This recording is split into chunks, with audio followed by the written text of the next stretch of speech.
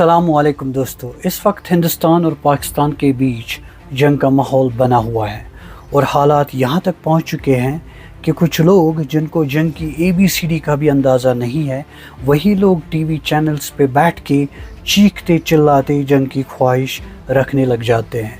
इससे पहले कि जंग शुरू हो, जो कि मुझे नहीं पता कि होगी भी या नहीं, और वो जो लोग जो सुबह शाम जंग चला रहे हैं, वो उस जंग की बर्बादी का हिस्सा कैसे बन सकते हैं। चलिए जान लेते हैं कि जब दो मुल्कों के बीच जंग छिड़ जाती है तो वो बर्बादी का क्या क्या सामान अपने साथ ले आती है।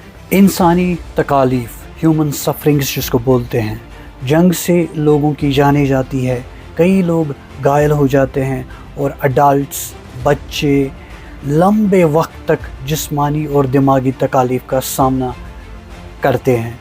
डिप्रेशन, एंजाइटी, PTSD और डिसेबिलिटी जैसी प्रॉब्लम्स भी आम हो जाती है। मुंतकिली, डिस्प्लेसमेंट, करोड़ों लोग अपने घरों से बेघर हो जाते हैं, यहाँ तक कि बहुतों को रेफ्यूज का भी सहारा लेना पड़ता है, जिससे उनकी ज़िंदगी जहन्नुम बन जाती है।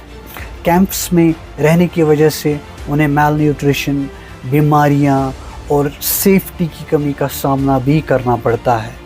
इक्तिसादी असरात, इकोनॉमिक इम्पैक्ट, जंग से इंफ्रास्ट्रक्चर तबाह हो जाता है, इकोनॉमी डिसरप्ट हो जाती है, गरीबी बढ़ जाती है और मिलिट्री स्पेंडिंग के चक्कर में ज़रूरी सर्विसेज पे कम खर्चा हो जाता है।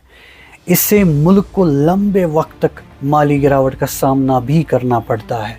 सामाजिक खलल, सोशल डिसरप्शन, समाज और परिवार टूट जाते हैं, सोशल ऑर्डर ख़त्म हो जाता है और मार्शल लॉ या इमरजेंसी रूल के चलते लोगों की आज़ादियों पे पाबंदी भी लग जाती है।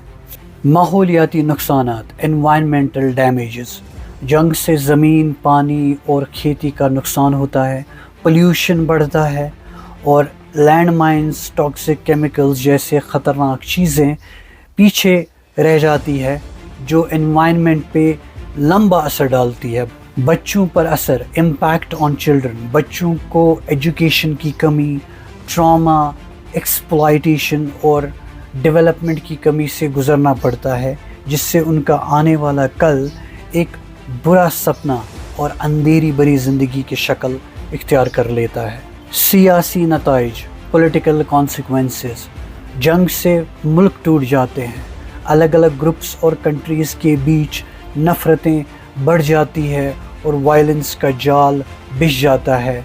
फिर उसकी वजह से मुल्कों के बीच लंबे समय तक तनाव और नफ़रत का माहौल तेज़ी पकड़ लेता है, जैसे हिंदुस्तान और पाकिस्तान के बीच इस वक्त हो रहा है। ये सब असरात कई बरसों तक, कई जनरेशन्स तक चलते रहते हैं। जब तक जंग के निशान मिट नहीं जाते, तब तक कई जनरेशन्स तबाह बर्बाद हो जाती हैं। इसलिए जंग की तवक्का रखने वाले लोगों को चाहिए कि पहले अपनी आंखें बंद करके उस बुरे सपने को महसूस और विजुअलाइज़ करें और फिर जंग की ख्वाहिश का इजहार करें।